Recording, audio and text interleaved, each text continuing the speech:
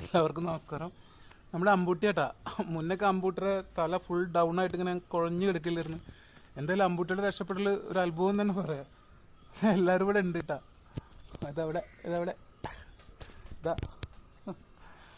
അതായത് അമ്പൂട്ടിയുടെ വീഡിയോ ഒക്കെ അപ്ഡേഷനൊക്കെ അപ്പം അറിയിക്കണമെന്നുണ്ട്. പക്ഷെ നമുക്ക് അതിനൊന്നും പറ്റുന്നില്ല. നമുക്ക് ഇവരെ എടുത്തിട്ട് ഇങ്ങനെ എപ്പോഴും വീട്ടിലിരുന്ന് വീഡിയോ എടുക്കാനും പറ്റുന്നില്ല. നമ്മൾ വീട്ടിലുള്ള കുഞ്ഞുങ്ങളെയും നോക്കണം, അവരുടെ ട്രീറ്റ്മെൻറ്റ് പരിചരണങ്ങൾ, ഭക്ഷണം കൊടുക്കണം.